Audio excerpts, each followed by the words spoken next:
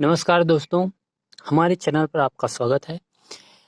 आज हम देखेंगे एनसीईआरटी मैथ क्लास 9th की, जो कि चैप्टर 1 से स्टार्ट करके एक एक क्वेश्चन बताते हुए आगे चैप्टर तक बढ़ते जाएंगे और पूरा कोर्स हम आपको प्रोवाइड करवाएंगे इसी चैनल पर, जिसमें एक प्लेलिस्ट होगी। प्लेलिस्ट में से आप सभी चैप्टर्स को 1 बाय 1 देख करके अपना कोर्स कंप्लीट कर सकते हैं। ये एनसीईआरटी मैथ क्लास 9th की चैप्टर 1, जिसका नाम है संख्या पद्धति नंबर सिस्टम है। मैं कृष्ण कुमार शुक्ला, के शुक्ला सर के द्वारा आप पढ़ रहे हैं। तो ये संख्या पद्धति है। आइए शुरू करते हैं। सबसे पहले चैप्टर पढ़ने से पहले आपको ये जानना बेहद जरूरी है कि प्राकृतिक संख्याएं क्या हैं। तो सबसे पहले देखते हैं प्राकृतिक संख्या, जिसे इंग्लिश में कहते हैं नेचुरल नंबर।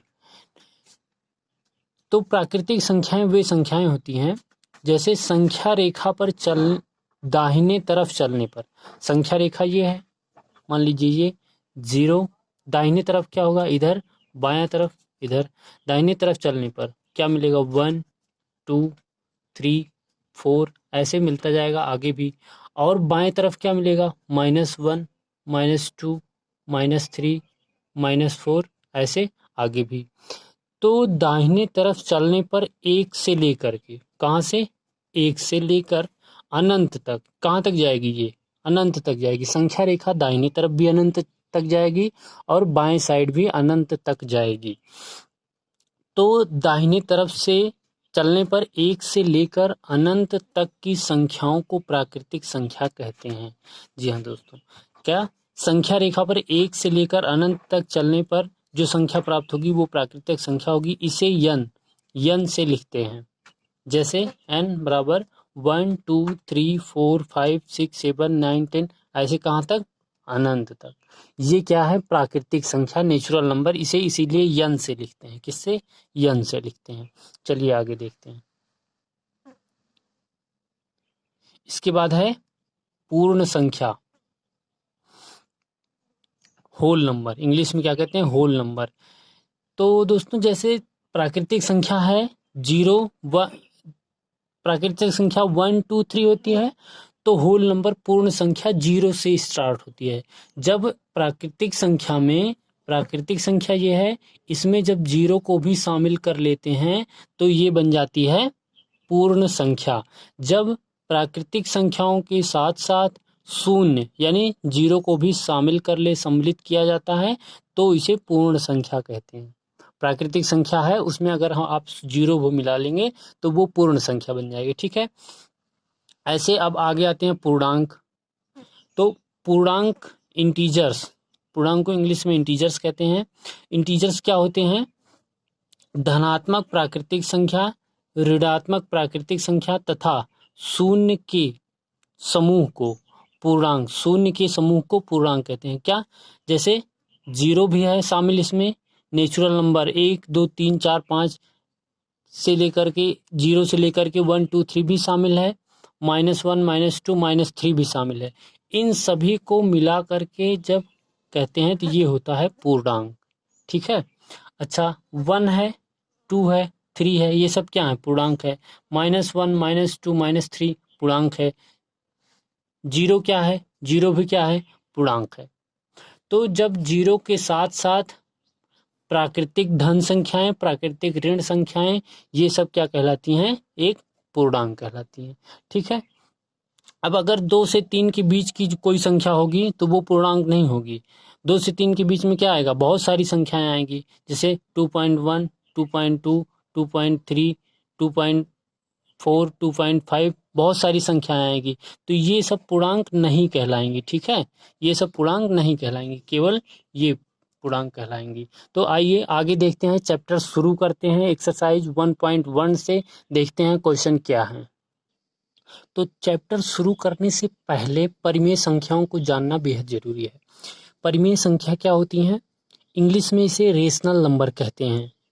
तो रेशनल नंबर क्या होता है दोस्तों, रेशनल शब्द की उत्पत्ति जो हुई है वो अंग्रेजी शब्द के रेशियो से हुई है। अंग्रेजी शब्द रेशियो, RATIO, रेशियो से हुई है।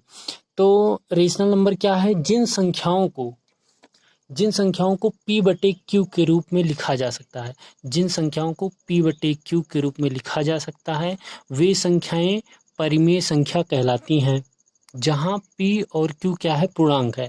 अब पूर्णांक आप लोग जानते हैं, जहां p भी क्या होगा, एक पूर्णांक होगा, -1 -2 1 2 कुछ भी हो सकता है, 0 कुछ भी हो सकता है, और q भी क्या होगा, एक पूर्णांक ही होगा, -इन्फिनिटी से लेकर के 0 और +इन्फिनिटी तक कोई भी नंबर हो सकता है p और q, लेकिन p 0 हो सकता है लेकिन q 0 नहीं होगा। q does not equal to 0। p और q दोनों पूर्णांक होंगे लेकिन q 0 नहीं होगा। क्यों? क्योंकि अगर q 0 हो जाएगा तो वो फिर रेशनल नंबर नहीं रह जाएगा। जैसे एग्जाम्पल के तौर पर देखते हैं, जैसे p बटे q के रूप में। p बटे q का मतलब क्या है कि जैसे कोई संख्या लिखी है 2/3, ये क्या है, एक रेशनल नंबर है। अगर ये p है तो ये q है, p बटे q के रूप में इसको लिख सकते हैं, तो ये एक रेशनल नंबर है। लेकिन अगर q 0 हो जाएगा तो ये क्या हो जाएगा, 2/0।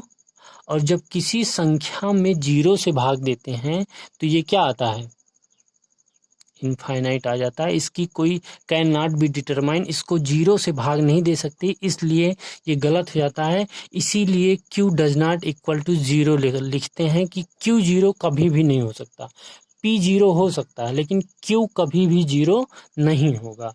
तो परिमेय संख्या क्या होगी, जिन संख्याओं को p बटे q के रूप में लिखा जा सकता है वे संख्याएं परिमेय संख्या कहलाती हैं, जहां p और q एक पूर्णांक है, लेकिन एक कंडीशन है क्या, कि q does not equal to 0, q कभी भी 0 नहीं होगा। ठीक है, तो इसके बाद आता है परिमेय संख्या के बाद अपरिमेय संख्या। अपरिमेय संख्या, अपरिमेय संख्या क्या होगी,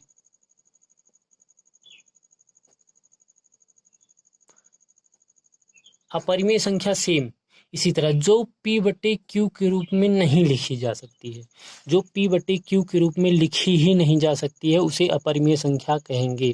उसे क्या कहेंगे, अपरिमेय संख्या। जैसे अगर बात करें पाई, पाई क्या है, एक अपरिमेय संख्या है। √3, √5, √7, ये सब क्या है, सब अपरिमेय संख्या। इसके नीचे कोई भी नंबर नहीं लिख सकते, अगर ये p हो भी जाएगा तो नीचे क्यों नहीं आ सकता, तो ये भी एक अपरिमेय संख्या, ये भी अपरिमेय, ये भी अपरिमेय, इर्रेशनल नंबर है, इर्रेशनल नंबर।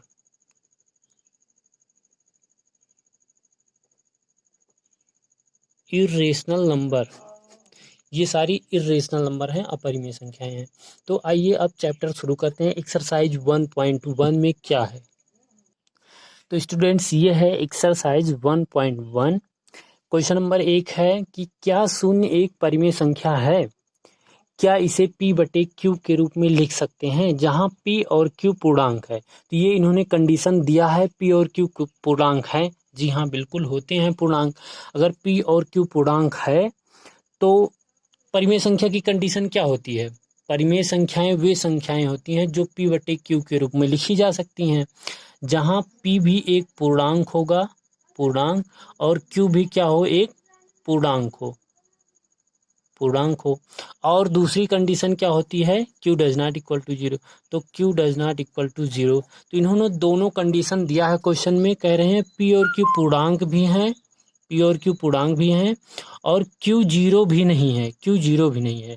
कह रहे हैं q शून्य, या कह रहे हैं शून्य क्या एक परिमेय संख्या है, तो देख लेते हैं, शून्य 0 लिख दिए, क्या ये एक परिमेय संख्या है। अगर हम इसको p मान लेते हैं, ठीक है, और q को कुछ भी मान लेते हैं, 0 ना हो, बस 1, अगर हम 0 के नीचे 1 लिखेंगे तो ये क्या हो जाएगा, 0/1। जब 0 में किसी भी नंबर से 1 2 3 4 5 किसी भी नंबर से 0 में डिवाइड करते हैं तो वो क्या आता है, 0।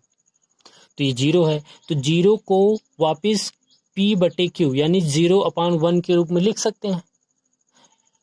तो और q does not equal to 0, q 0 भी नहीं है, क्योंकि q को हम 0 नहीं लिख रहे हैं, 1 2 3 4 लिख रहे हैं। तो ये कंडीशन फॉलो कर रही है दोनों, P और Q एक पूर्णांक हैं और Q जीरो भी नहीं है, जब दोनों कंडीशन फॉलो हो रही है तो जीरो एक पूर्णांक संख्या है। क्या है? यस, यस, जीरो एक पूर्णांक संख्या, जीरो एक परिमेय संख्या है। इसे P/Q के रूप में लिख सकते हैं, कह रहा है, तो हाँ, इसे P/Q के रूप में लिख सकते हैं। 0/1, 0/1, 0/2, 0/3, कुछ भी लिख सकते हैं, इसे लिख सकते हैं, ठीक है। 0/1, 0/2, 0/3, कुछ भी लिख सकते हैं। फिर जहाँ P और Q पूर्णांक है, हाँ पूर्णांक भी हैं, और Q जीरो भी नहीं है, तो सारी कंडीशन फॉलो हो रही हैं, यानी कि जीरो एक पूर्णांक, जीरो एक परिमेय संख्या है, जो कि क्वेश्चन में लिखा है, जीरो एक परिमेय संख्या है, तो इसका आंसर हो गया यस। ठीक है, चलते हैं नेक्स्ट क्वेश्चन पे, देखते हैं क्या है। तो दूसरा क्वेश्चन क्या है कि 3 और 4 के बीच 6 परिमेय संख्याएं ज्ञात कीजिए। तो संख्या रेखा आप लोग देखे हैं कैसे होती है। अगर संख्या रेखा 0, 1, 2, 3, 4, तो 3 और 4 के बीच में कितनी परिमेय संख्या होंगी? बहुत सारी परिमेय संख्या, अनंत परिमेय संख्याएं होंगी। तो 3 और 4 के बीच 6 परिमेय संख्या ज्ञात करनी है। तो चाहे 6 ज्ञात करनी हो, चाहे 1000 ज्ञात करनी हो, चाहे लाख ज्ञात करनी हो, हम आपको तरीका बताएंगे, उसी से करना है। इसमें आंसर में कुछ और दिया रहेगा, क्योंकि इस परिमेय संख्या, बीच की परिमेय संख्या निकालने के कई सारे मेथड होते हैं। हम जो आपको बताएंगे वो सबसे आसान और सबसे अच्छा तरीका है। कैसे? कि 3 और 4 को लिख लीजिए, 3, 4, 3/1, 4/1 लिख सकते हैं, 3/1, 4/1 लिख सकते हैं। ठीक है, कितनी परिमेय संख्या निकालनी है? 6। ठीक है, 6 निकालनी है, तो हम 6 से एक ज़्यादा 6 से एक ज़्यादा 7 होगा।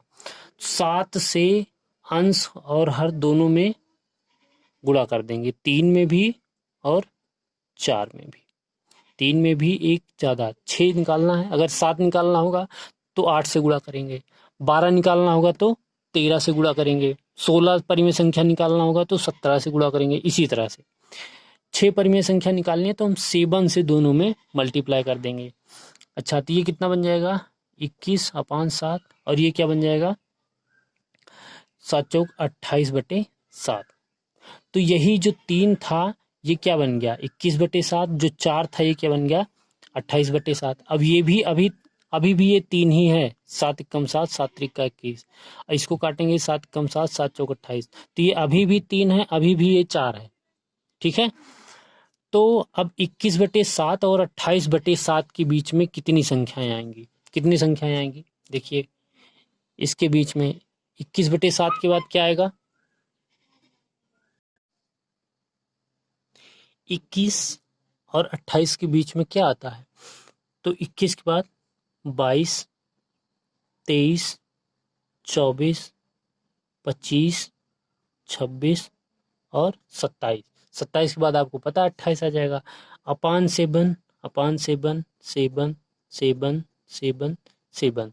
तो ये वो 6 नंबर हो गए जो कि हमें 3 और 4 के बीच में निकालना है। 22/7, 23/7, 24/7, 25/7, 26/7 और 27/7। इसके बाद क्या आएगा? 28/7। इसके पहले क्या आएगा?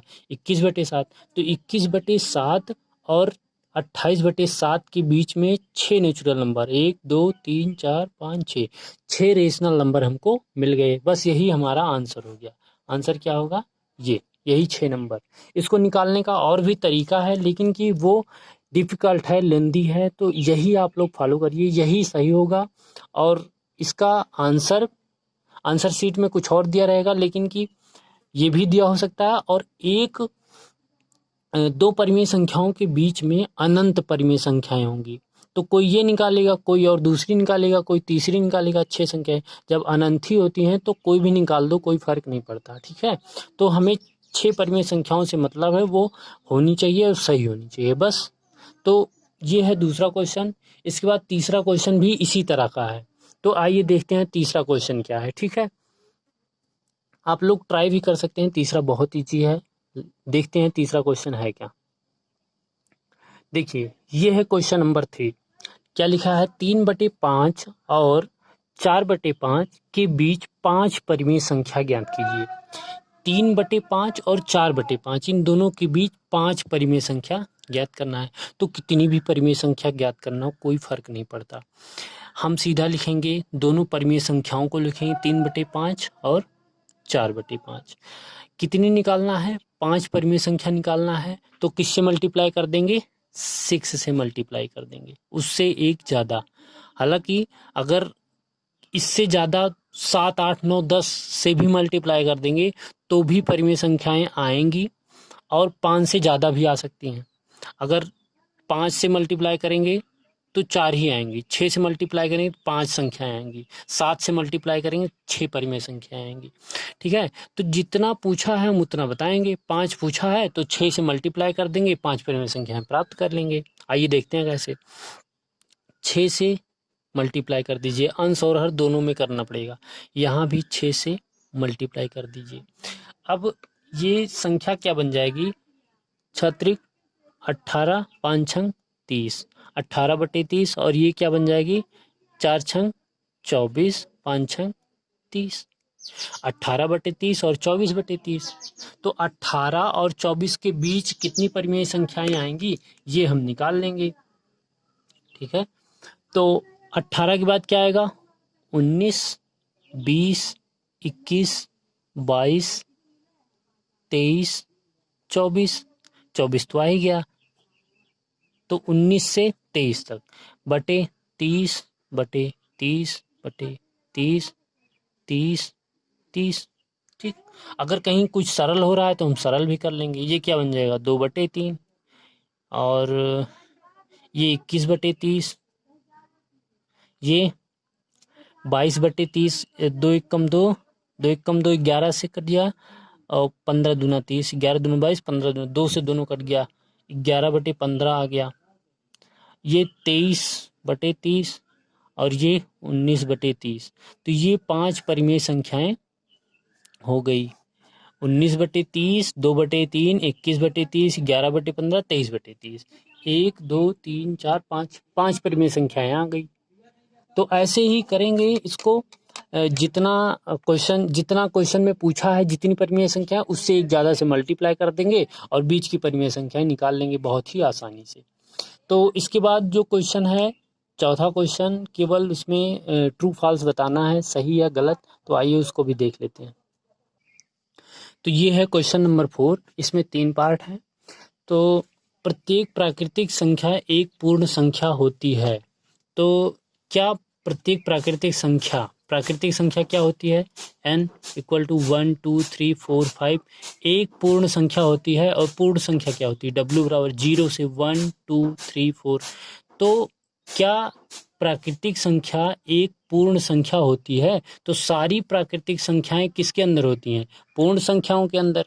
तो प्राकृतिक संख्या एक पूर्ण संख्या होंगी, सही है, तो ट्रू हो गया। दूसरा क्या है, प्रत्येक पूर्णांक एक पूर्ण संख्या होती है। तो पूर्णांक क्या होता है, अगर इंटीजर्स की बात करें, पूर्णांक क्या होता है, 0 से लेकर 1, 2, 3, 1, 2, 3, 4 डॉट डॉट अनंत तक, और -1, -2, -3 डॉट डॉट अनंत तक पूर्णांक होता है। और पूर्ण संख्या क्या होता है, w = 0, 1, 2, 3, 4 होता है डॉट डॉट अनंत तक। तो पूर्णांक क्या होता है, माइनस और प्लस दोनों संख्याएं होती है, लेकिन पूर्ण संख्याएं क्या होती हैं, केवल 0, 1, 2, 3 होती हैं। तो प्रत्येक पूर्णांक कह रहा, प्रत्येक पूर्णांक, सभी पूर्णांक पूर्ण संख्या होते हैं नहीं, क्योंकि माइनस संख्याएं क्या हैं, पूर्ण संख्या नहीं होती हैं। तो ये क्या हो जाएगा, गलत, फॉल्स हो जाएगा, ये है गलत है। तो प्रत्येक परिमेय संख्या, तीसरा क्या है, प्रत्येक परिमेय संख्या एक पूर्ण संख्या होती है। तो प्रत्येक परिमेय संख्या क्या होती है, जो p/q के रूप में लिखा जा सकता है। और पूर्ण संख्या क्या होती है, पूर्ण संख्या 0, 1, 2, 3, 4 यही होता है। तो अगर एक परिमेय संख्या हम ले लेते हैं क्या, 3/2। 3/2 क्या है? परिमेय संख्या है जिसका मान क्या होगा? लगभग 2 एकम 2 और 2 पंचे 10, 1.5 होगा। तो ये 1 और 2 के बीच में आएगा 1.5। तो ये पूर्णांक तो क्या होता है? 0 1 2 3 4 ऐसे होता है। और परिमेय संख्याएं क्या होती हैं? 3/2 के रूप में होती हैं, यानी इसका मान क्या है? 1.5। तो संख्या रेखा पर 1.5 तो लिखा नहीं जाता, तो ये क्या है? एक पूर्ण संख्या नहीं है। परिमेय संख्याएं कभी पूर्ण संख्याएं नहीं होती हैं, सभी परिमेय संख्याएं। लेकिन अगर कुछ परिमेय संख्याओं की बात करें, जैसे 3 है, 3 एक परिमेय संख्या है, तो बिल्कुल है, 3/1 लिख सकते हैं इसको। और ये संख्या रेखा पर कहाँ है? यहाँ है। तो कुछ परिमेय संख्याएं पूर्ण संख्याएं भी होती हैं। तो ये है एक्सरसाइज 1.1 कंप्लीट होती है यहाँ पर। आपको वीडियो कैसी लगी कमेंट करके ज़रूर बताइए। कहीं कोई क्वेश्चन नहीं समझ में आया तो भी कमेंट करिए, हम आपको फिर से एक्सरसाइज 1.2 में आपको फिर से बताएंगे। तो वीडियो अच्छी लगी लाइक करिए, शेयर करिए, चैनल को सब्सक्राइब करिए और कमेंट करके बताइए। बहुत बहुत धन्यवाद।